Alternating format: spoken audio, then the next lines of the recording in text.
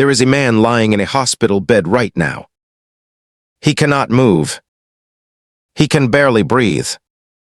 His body has 8 stab wounds. 8.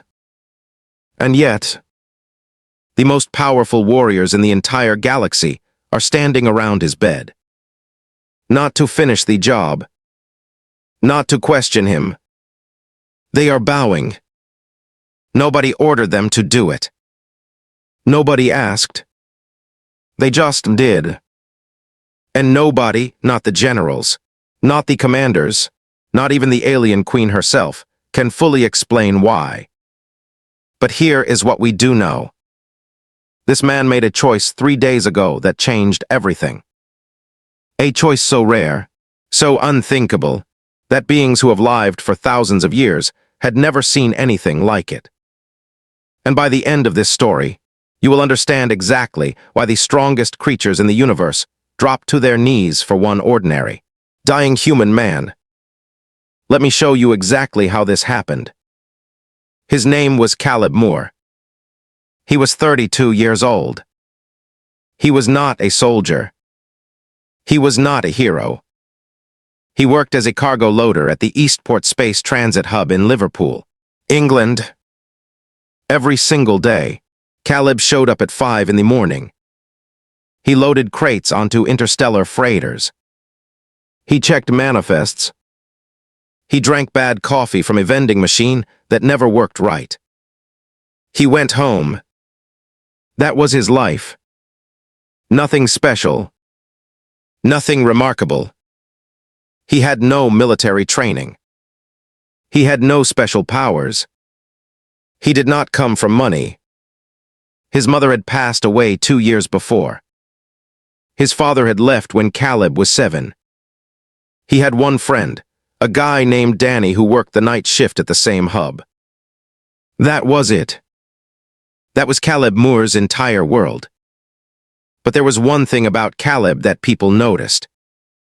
Even the people who barely knew him noticed it. Caleb never walked past someone who needed help. It did not matter who they were. It did not matter what they looked like. One time, a Vreth worker, a 4-armed species that most humans still felt uncomfortable around, dropped an entire pallet of pressurized containers near the loading dock. Everyone stepped back. Everyone looked away. Caleb walked straight over and started picking them up. No hesitation. No big speech about it. He just did it.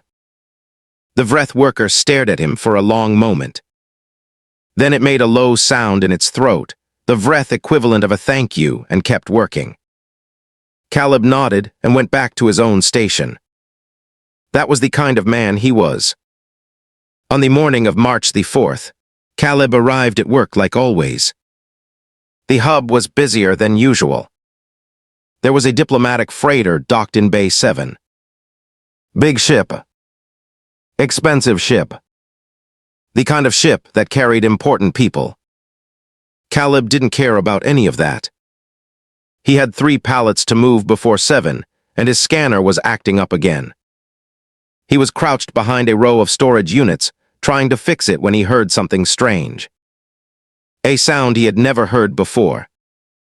It was small. Soft. Like a child crying. But it wasn't quite human. The pitch was slightly off. A little too high. A little too pure. Caleb stood up slowly and looked around. The main floor was loud and crowded. Nobody else seemed to hear it. He followed the sound around the back of Bay 7. Behind a stack of unchecked cargo containers, tucked into a small dark corner, was a child. She was small, maybe 8 or 9 years old. Her skin was pale blue. Her eyes were large and golden, like 2 small suns. Her hair was long and silver, tangled and messy like she had been running. She was wearing a ripped blue garment that looked expensive once, but was now dirty and torn. And she was shaking. Not just from cold. From fear. Caleb crouched down slowly. He kept his voice very quiet. "Hey," he said. "You okay?" She looked at him.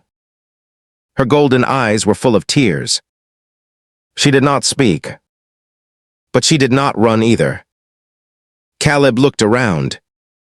He had no idea what species she was. He had seen maybe 40 or 50 different alien species come through the hub over the years, but he had never seen anything like her. Whatever she was clearly lost, and clearly terrified. "Are you alone?" he asked. She blinked. Then very slowly, she nodded. Caleb exhaled. He sat down on the ground right there, next to the cargo containers, so he was at her eye level. "Okay," he said. "I'm Caleb. I work here. I'm not going to hurt you. I promise." She stared at him for a long moment. Then she whispered something in a language he did not understand. But the way she said it, the tone of it sounded like a question. It sounded like she was asking if he was real. Caleb reached into his jacket pocket and pulled out a small wrapped biscuit he had brought for his break. He held it out to her. She looked at it. She looked at him. And slowly, carefully, she reached out and took it. Caleb didn't know what to do next. He couldn't just leave her there. But he also had no idea who she belonged to, or who might be looking for her. He pulled out his work communicator and was about to call the hub supervisor when he heard boots. Heavy boots. Fast. He pressed himself back behind the containers without even thinking about it. 3 figures moved past the end of the row. They were tall, at least 7 feet each, wearing dark body armor with no markings. Their helmets were sealed. They were moving with purpose. Searching. Caleb felt the girl press herself against the wall beside him. She grabbed the edge of his jacket sleeve. He looked down at her. Her golden eyes were wide, full of absolute terror. These were not the people who were supposed to find her. Caleb understood that immediately. He didn't need a translator. He didn't need an explanation. He could see it in her face. These people meant her harm. He pulled her gently behind him and stayed completely still. The 3 figures moved through the bay slowly. One of them stopped near the containers. It tilted its head, like it was listening. Caleb held his breath. The girl did not make a single sound. After a long moment, the figure moved on. Caleb waited until the sound of the boots completely disappeared. Then he exhaled. He looked at the girl. "Do you understand me?" he whispered. She nodded slowly. "Those people," he said, "are they after you?" She nodded again. "Are they dangerous?" She nodded a 3rd time. Harder this time. Caleb rubbed the back of his neck. He had a decision to make. He could call security. He could hand her over. Let the professionals deal with it. That was the smart thing. That was the safe thing. But something stopped him. He thought about the Vreth worker, about how everyone else had looked away. He thought about being 7 years old and alone in a flat in Liverpool with no dad and a mum who worked double shifts and nobody checking if he was okay. He looked at this small blue child in a torn dress, shaking, holding a crumpled biscuit wrapper in both hands. "Okay," he said quietly. "Stay close to me." He guided her through the back passages of the hub, the ones that the cargo teams used, the ones that didn't have cameras. He moved fast but calm. She matched his pace perfectly, staying right at his side like she had known him for years. He got her to the crew rest room in sub-level 2. It was empty at that hour. He sat her down and locked the door. "Now," he said, sitting across from her, "can you tell me your name?" She was quiet for a moment. Then she said, very carefully in English, "Saya." Caleb blinked. "You speak English?" "Some," she said softly. "I learned before we come here." "Who are you here with?" Saya looked at her hands. "My guardians," she said. "They were with me on the ship. Then the bad men came. We got separated. They are looking for me. But so are the bad men." Caleb leaned forward. "Who are your guardians?" Saya looked up at him. For a moment she just studied his face, like she was deciding whether to trust him fully. Then she said one word that meant absolutely nothing to Caleb in that moment, but a word that would later make every senior official in 3 different planetary governments go completely silent. She said, "Verk." Caleb had never heard that word in his life. He did not know that the Verk were the oldest warrior caste in the known galaxy. He did not know that no Verk warrior had ever been defeated in combat. He did not know that there were only 12 of them left. He did not know any of that. He just nodded slowly and said, "Okay. Then we need to find your guardians." Finding the Verk was not going to be easy. Caleb had no way to contact them. He had no idea what they looked like. And the 3 armored figures were still somewhere in the hub. He pulled up the internal map on his work communicator. The diplomatic freighter in Bay 7 was registered to a trading convoy from the Lureth system. That meant nothing to Caleb. But Saya's eyes widened when he said it out loud. "That is our ship," she said quickly. "They would go back to the ship. If they are still alive." If they are still alive. Those 5 words hit Caleb like cold water. This wasn't just a lost child situation. This was something much bigger. Much more dangerous. He stood up and checked the door. Still clear. "How many guardians do you have?" he asked. 6, Saya said. "All female. All Verk. And the bad guys. How many of them?" Saya thought for a moment. On the ship, there were 9. But some stayed behind. The ones in the hub, I think 3. Caleb nodded slowly. 3 against 6 Verk warriors. If the Verk were as powerful as Saya seemed to believe, maybe those weren't bad odds. But they still had to get Saya back to the ship without running into the 3 hunters. Caleb thought for a moment. He knew this hub better than anyone. He had worked here for 6 years. He knew every corridor, every service tunnel, every blind spot in the camera system. "There's a service tunnel," he said. "Runs from sublevel 2 all the way to the back of Bay 7. Maintenance only. No cameras. The hunters won't know it exists." Saya looked at him steadily. "You will take me." Caleb stood up. "Yeah. I'll take you." They moved through the tunnel quickly. It was narrow and low. Caleb had to crouch. Saya moved easily. For a few minutes everything was fine. Then the tunnel lights went out. Complete darkness. Caleb froze. Then a sound echoed from behind them. The same heavy boots from before. But how? He pressed Saya behind him and kept moving forward in the dark, one hand on the wall, moving purely from memory. He could hear the boots getting closer. Then a beam of light swept through the tunnel from behind. They had a torch. Caleb moved faster. 20 meters.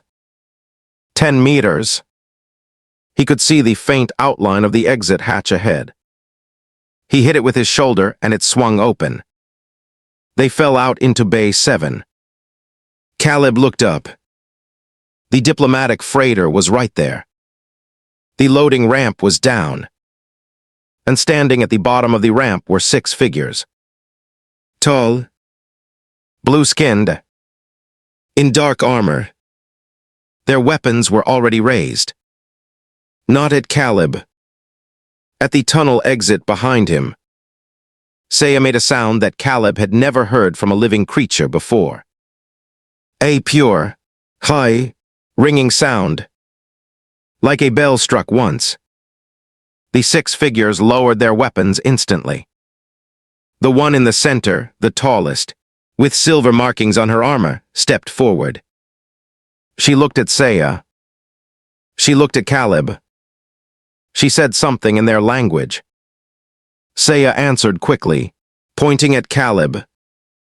The tall warrior looked at him for a long moment. Her expression was impossible to read. Then the tunnel hatch burst open. All 3 hunters came through at once. Everything happened fast. The 6 Verk warriors moved like nothing Caleb had ever seen. Faster than human reflexes could follow. But there were 3 hunters, and one of them got past the warriors, straight toward Saya.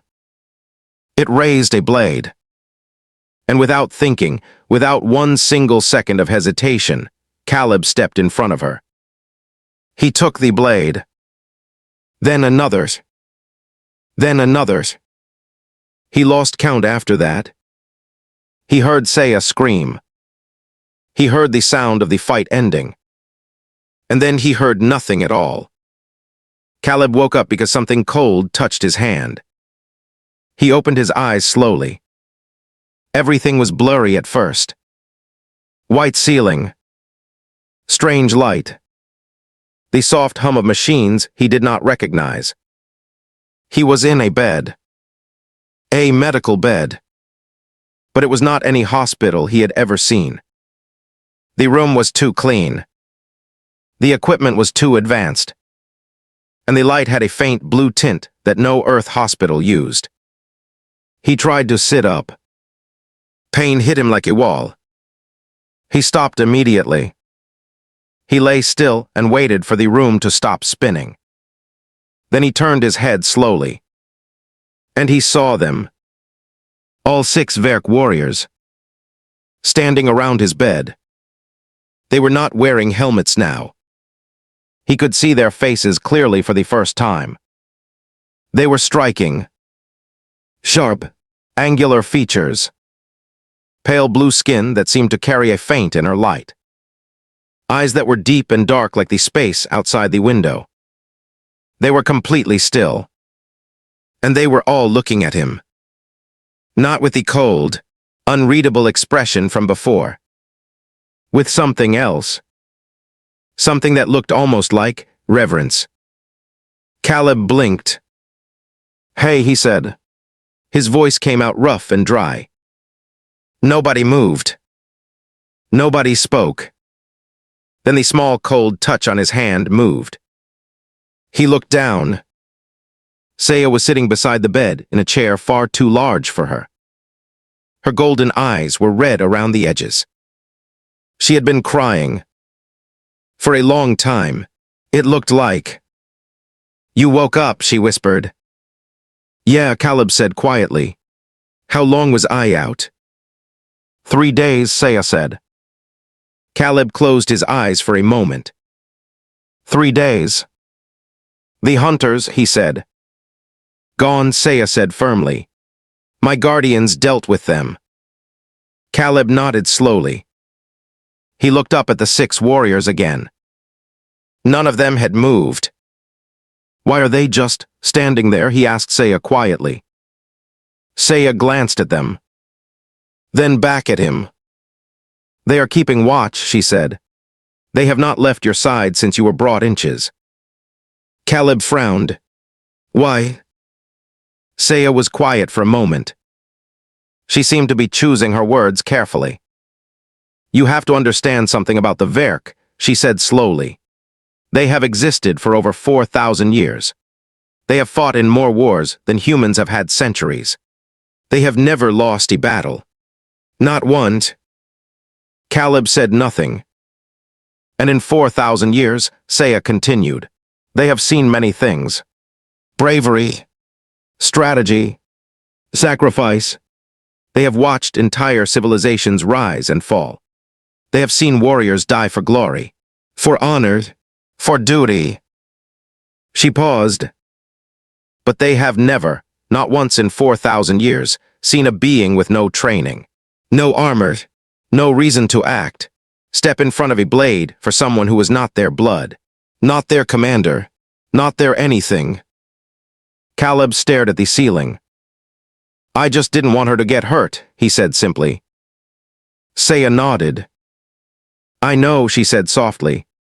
That is exactly why. The tall Verk warrior, the one with silver markings, stepped forward. She placed one hand over her chest. She bent her head forward slowly. A bow. Deep and deliberate. And then, one by one, all 5 of the others did the same. Caleb had absolutely no idea what to say. He lay there in a medical bed with 8 stab wounds, and 6 of the most powerful warriors in the galaxy bowing in front of him. He looked at Saya. Is this normal? He asked quietly. Saya almost smiled. No, she said. It has never happened before. Not once. Not to anyone. Caleb looked back at the ceiling. I just work at a cargo hub, he said to nobody in particular. And Saya did smile then. Small and quiet and full of something that no translator could fully capture. I know, she said. That is why it matters. 2 weeks passed. Caleb healed slowly. The Verk medical technology was extraordinary. What would have taken months on Earth was handled in days. But the physical wounds were never really the point. Something else was healing too. Something Caleb hadn't even realized was broken. Every morning, one of the Verk warriors brought him food. Every evening, Saya sat beside his bed and talked to him. She told him about her people. The Lurith. An ancient civilization. Peaceful, brilliant, quiet. They had no army of their own. They hired the Verk for protection. Had done so for over 1,000 years. Saya was not just any Lurith child. She was the daughter of the Lurith High Speaker, the political and spiritual leader of her entire people. Her life was worth more to her civilization than most people could comprehend. And Caleb had stepped in front of a blade for her without knowing any of that. Without knowing anything except that she was small and scared and alone. On the 14th day, the tall Verk warrior, whose name Caleb eventually learned was Commander Dale, came to his room alone. She sat down across from him. That was unusual. The Verk did not sit. They stood. Always. But Dale sat. And she looked at him the way someone looks at a thing they are still trying to fully understand. I want to ask you something, she said. Her English was formal but clear. Sure, Caleb said. When you stepped in front of the blade, she said slowly, did you think about surviving? Caleb thought about it honestly. No, he said. Did you think about reward? No. Did you think about anything? Caleb was quiet for a moment. I thought about her face, he said. She looked exactly like I felt when I was 7. Completely alone. And I just couldn't walk away from that. Dale was still for a long time. Then she said something that Caleb did not expect. In 4,000 years of war, she said quietly, we have always believed that true power comes from strength. From discipline. From will. She paused. We were wronged. Caleb looked at her. True power, Dale said, is doing the right thing when there is no reason to. When there is no reward. When there is nothing to gain and everything to lose. That is the rarest thing in the universe. We have never encountered it in a form so pure. She stood up. She placed her hand over her chest again. You will always have the protection of the Verk, she said. This is not a gift. It is a debt. One we do not expect to ever fully repay. Caleb didn't know what to say to that. So he just nodded. On the last morning, Saya came to say goodbye. The ship was docking back at Eastport. Caleb was going home. She stood in the doorway of the medical room, small and quiet in a clean blue dress, her silver hair neatly brushed, her golden eyes bright. Will I see you again? Caleb asked. Saya tilted her head slightly. The universe is very large, she said. Yeah, Caleb agreed. But she added, it is also very small for people who matter to each other. She stepped forward and placed something in his hand. A small smooth stone. Deep blue. It caught the light from the window and held it. If you ever need us, she said softly, hold this and say my name. Then she turned and walked back down the corridor. Caleb stood at the window of the ship. He watched the stars. He thought about his cargo hub, his bad vending machine coffee, his quiet life in Liverpool. None of that felt quite the same anymore. He looked down at the small blue stone in his palm. He closed his fingers around it gently. And somewhere in the corridor behind him, he heard 6 pairs of boots stop walking. He didn't need to turn around to know. They were still there. Still watching. Still bowing. Not because they were ordered to. Because some things, once witnessed, cannot be unwitnessed. And some people, ordinary, quiet, unremarkable people, turn out to carry something inside them that the entire universe has been searching for, without ever knowing it themselves. Here is the part nobody talks about. Commander Dale filed a formal report with the Galactic Unified Council after that day. In it, she described what she witnessed as, and this is a direct quote from the translated document, the single most advanced act of conscious bravery recorded in known galactic history. Not from a general, not from a soldier, from a cargo loader from Liverpool who drank bad vending machine coffee every morning. The council reportedly asked her to clarify. She reportedly replied, "There is nothing to clarify." And that is the real message of this story. The universe is not waiting for the strongest, or the richest, or the most powerful. It is waiting for the one person who refuses to look away. If this opened your eyes, then you already understand something most people never will. So let's bring it all together.